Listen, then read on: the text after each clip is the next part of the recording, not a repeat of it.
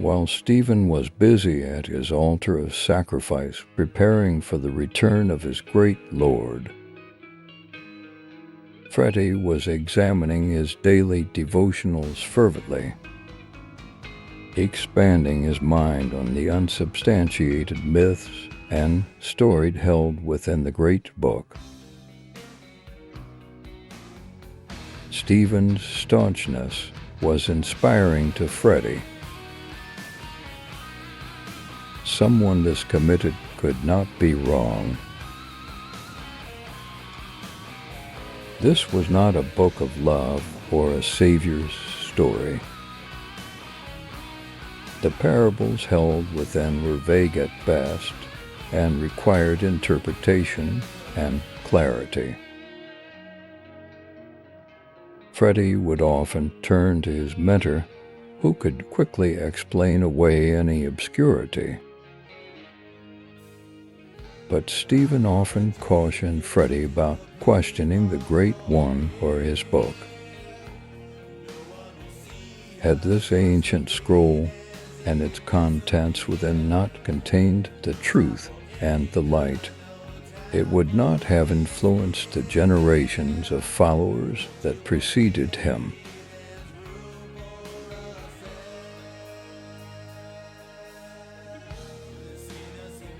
After incorporating pages and chapters of the book's wisdom, Freddy would meditate on the word of his new God.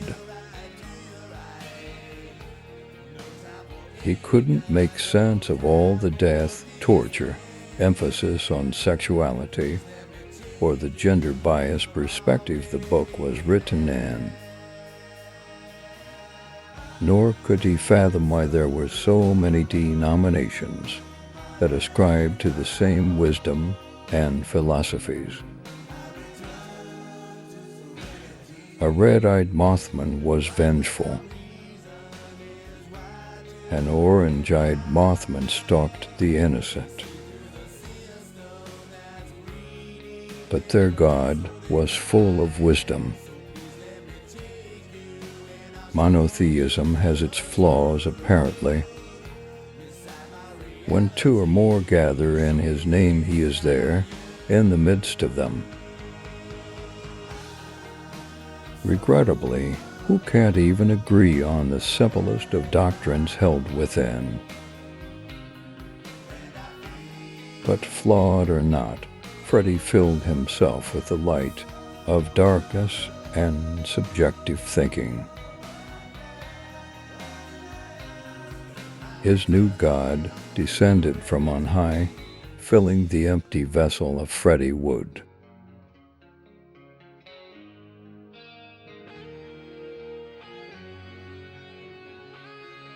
As he had descended upon Stephen and the multitudes before,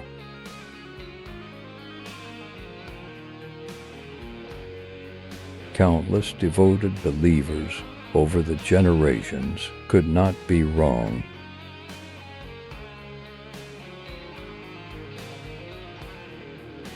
It was a sound perspective in Freddy's mind.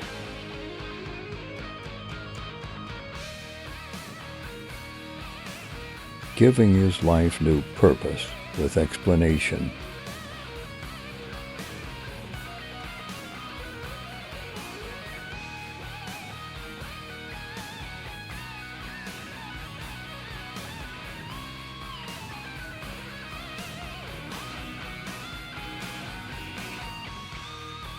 Stephen informed Freddy that Indrid had gathered the enlightened at Point Pleasant for Freddy's reception and indoctrination.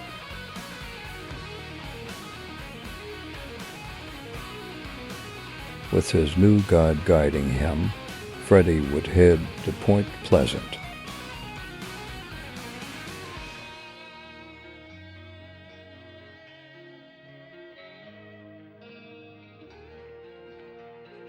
Point Pleasant was filled with the dank reek of dutifulness.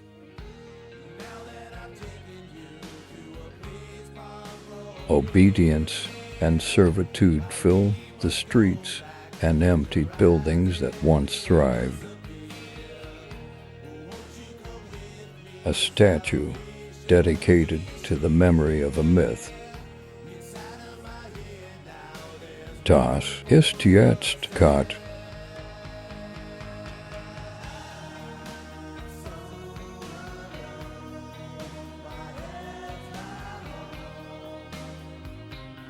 The enlightened had gathered again on the rooftop for the third time this year, not for the equinox, but because Indrid had called them together to celebrate Freddy's initiation ceremony.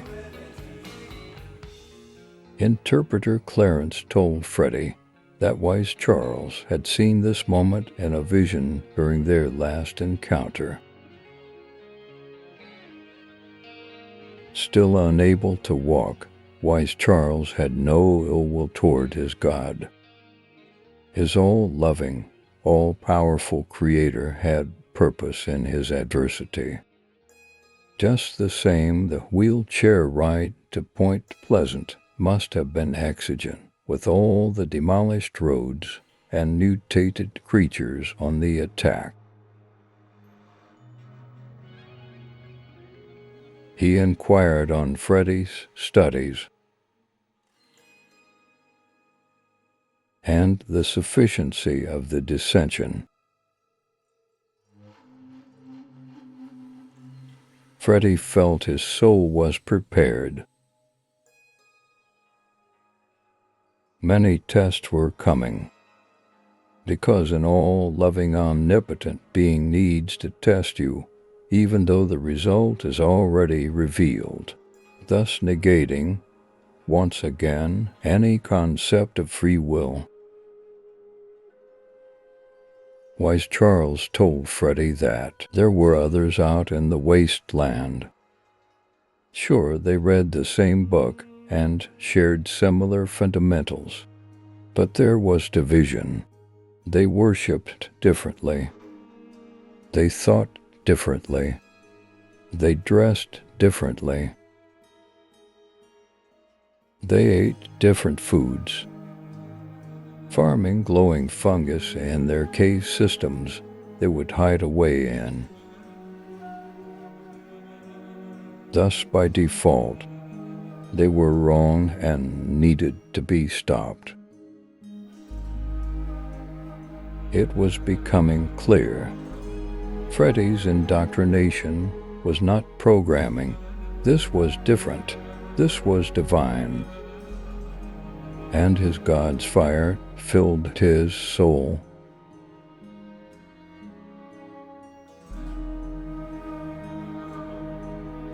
The sacred mass held in honor of Freddy's shedded skin was tolerable.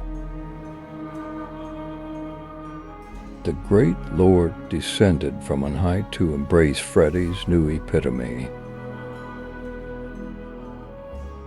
Unlike other gods, Freddy could discern visually this perfect specimen of the universe packaged in a gift box he could comprehend.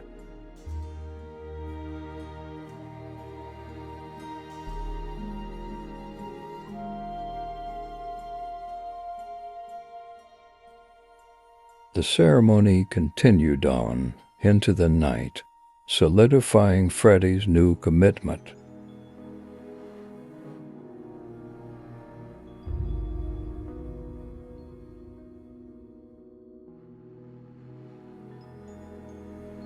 His God was within.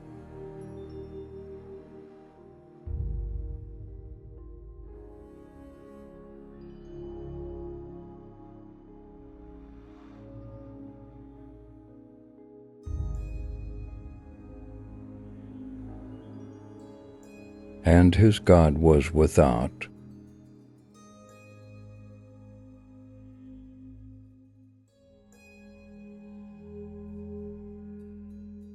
God had abandoned Molly very early on in life. And though her convictions were not of the religious persuasion, Charlie and Haven Church offered her sanctuary. It was at this time she had cross paths with an interesting young cleric.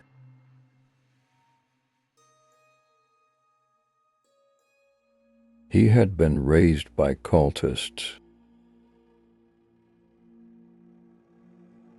and was starting his own church just outside of Welch.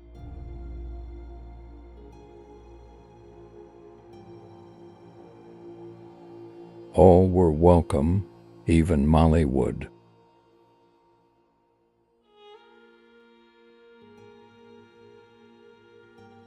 His dilapidated accommodations were an outcast's nightmare. Barely structurally sound, the fragrances from the mold of the house and the rotting corpses in the graveyard overwhelm the pollution from the mines below. The authorities were busy dealing with a local drug dealer that controlled the town, while the feds looked for Sickle Man in other parts of the region. This street pharmacist was responsible for more deaths than Sickle Man. But Molly wasn't paying anyone off to run a business. She would later set up the Wayward, a public house where she could recruit vault dwellers to run protection from the northern gangs she had betrayed many years earlier. Duchess had no interest in the dilapidated structure outside of town, which made it a perfect in-between for Molly Wood.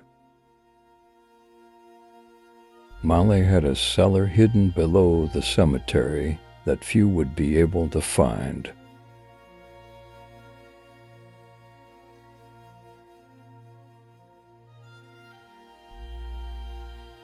This would be a challenge for the best maze enthusiasts.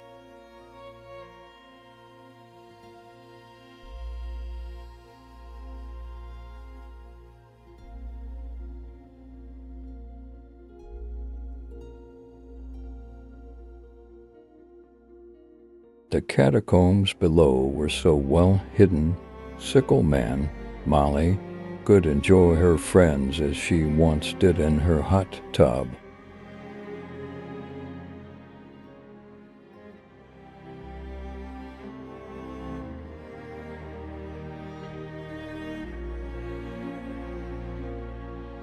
Freddy even made a special contribution after regaining his mother's effects back from Leo.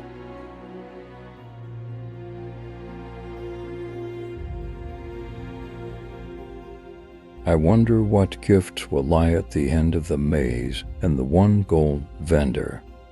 For those who dare,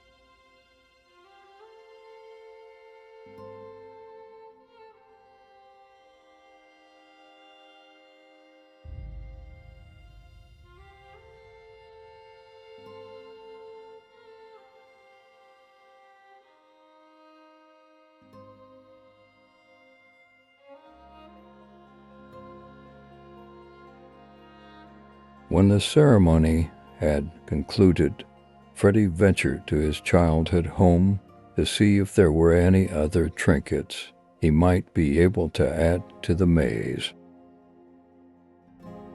But something caught his eye. In disbelief, he headed to their old shed. In a reflection of the entitlement consciousness polluting the incarnation that was now, Freddy found two larcenists helping themselves to his family's property. Like an infection, the darkness swelled within Freddy, preparing him for an actionable response. These two fucks were about to receive the charitable donations they were seeking in the form of wrath. Sickle Man is here.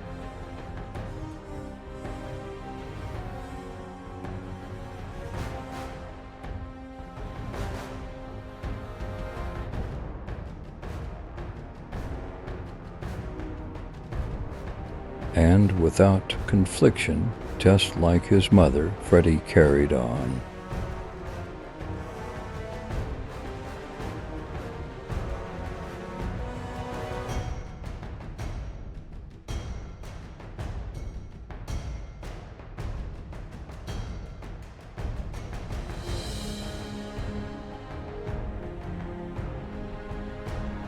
He didn't recognize the boy in the picture anymore. Only a shadow of what once was, before time and experience washed him away. Somber moments give way to clarity and reflection.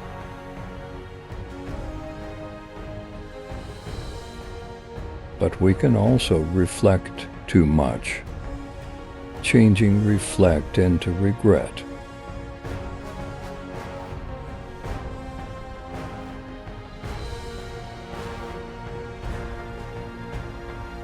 Regret is a tough but fair teacher. To live without regret is to believe you have nothing to learn, no amends to make, and no opportunity to be braver with your life. The only thing worse than giving up is wishing that you hadn't. But Freddy hadn't given up on anything but himself.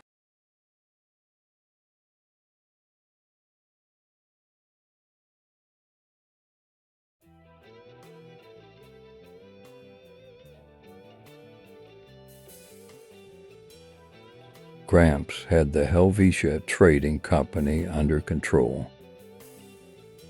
As the profits rolled in, Freddy had nothing but time to worry about. A much-needed luxury when you are on a vision quest.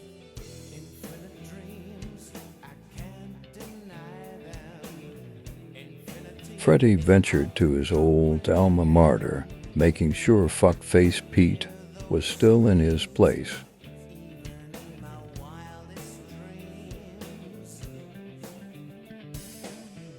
His cowardice hadn't moved.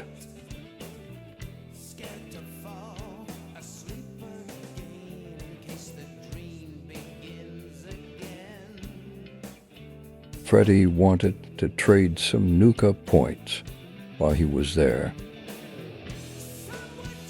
You never know when you need a ukulele plan.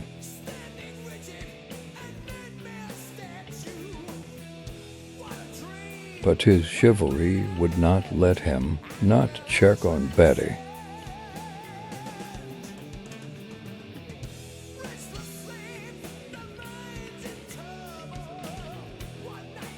She had her clothes on, which was a good sign.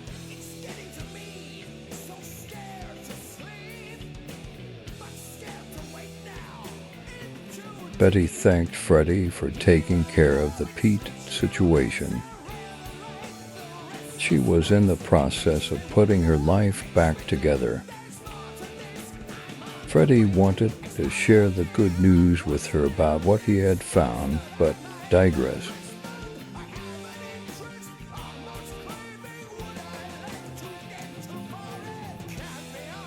Nuka World had a few tourists, which was unusual.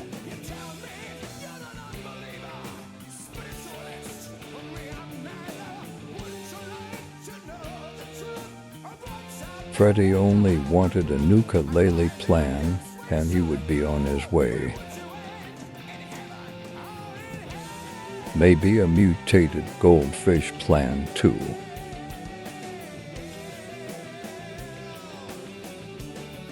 But his former family was hogging the terminals, so he gave them as much patience as he could. Some of his former family still thought of him as his incarnation in the vault. Andy Warp and Don Van Dude were thick as thieves back inside 76. Andy always thought he was a tough guy, but not realizing how close to death he now was. This wasn't the meek and mild Freddy he knew so long ago.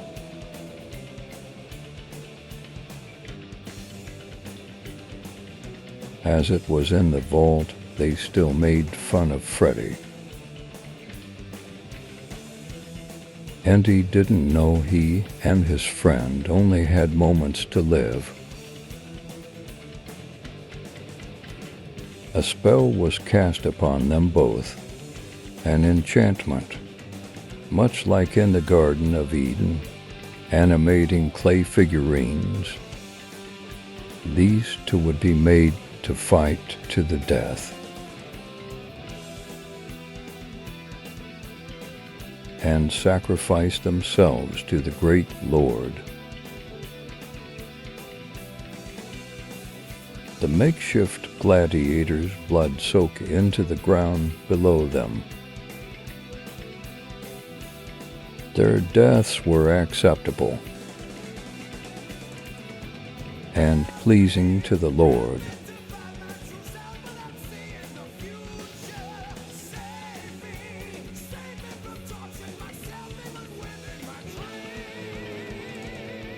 Their blood covered the sin that plagued the wasteland.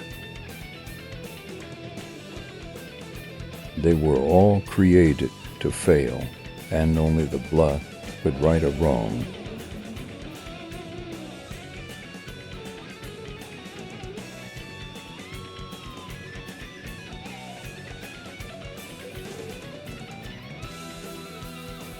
Indrid sought Freddy out to express his felicitations.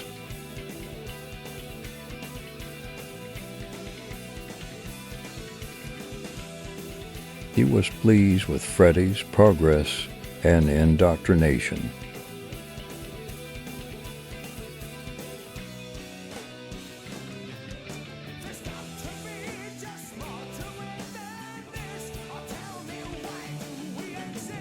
Freddy now felt Indrid's presence.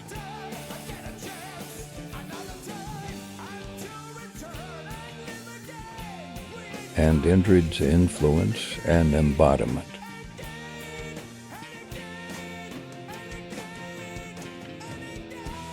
The worship is over. Let the service begin.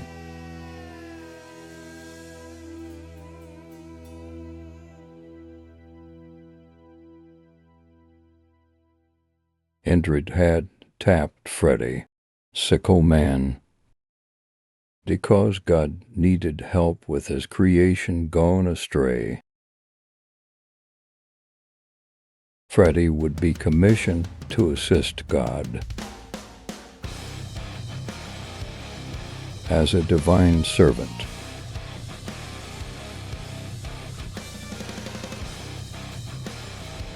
The one true Lord that resembled many others throughout the ages had been neglected. He was jealous.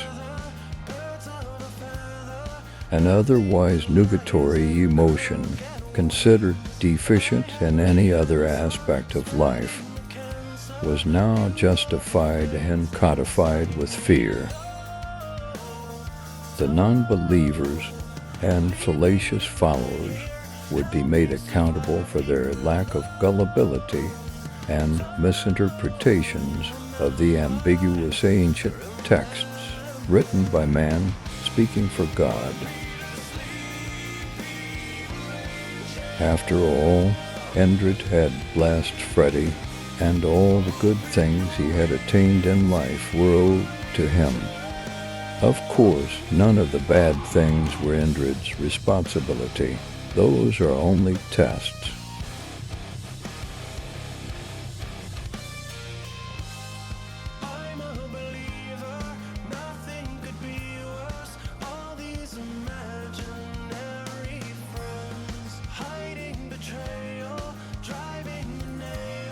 And anyone who didn't think like they did or worship their God had to die.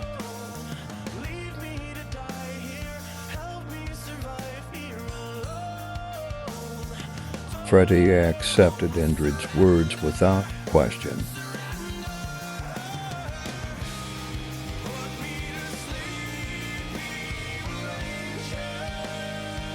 Hendrik tasked Freddy with a holy crusade.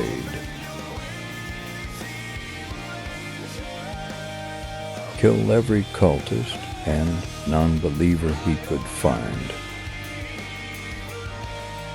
Funny how it sounds in a digital puppet show, but is normal on the news and passively accepted by all of us, even embraced by some as routine and expected.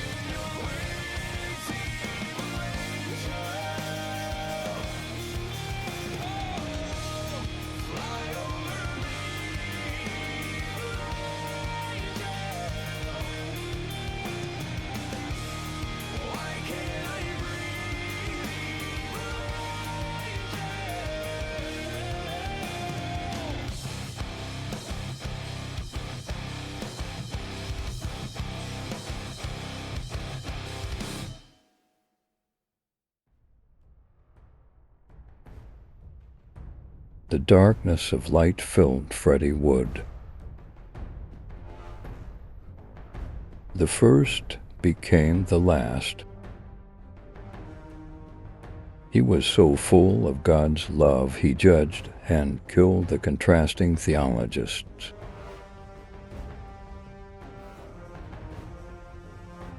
Echoing back to pre-war Appalachia, where differences would not be cast aside, identity politics of religion, gratitude forsaken, and now moments leapt over for some imaginary potential future.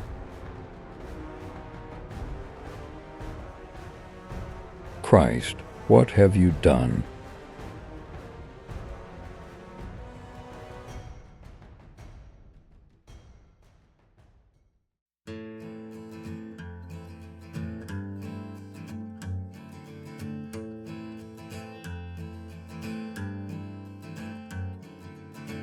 Dear God, hope you got the letter and I pray you can make it better down here.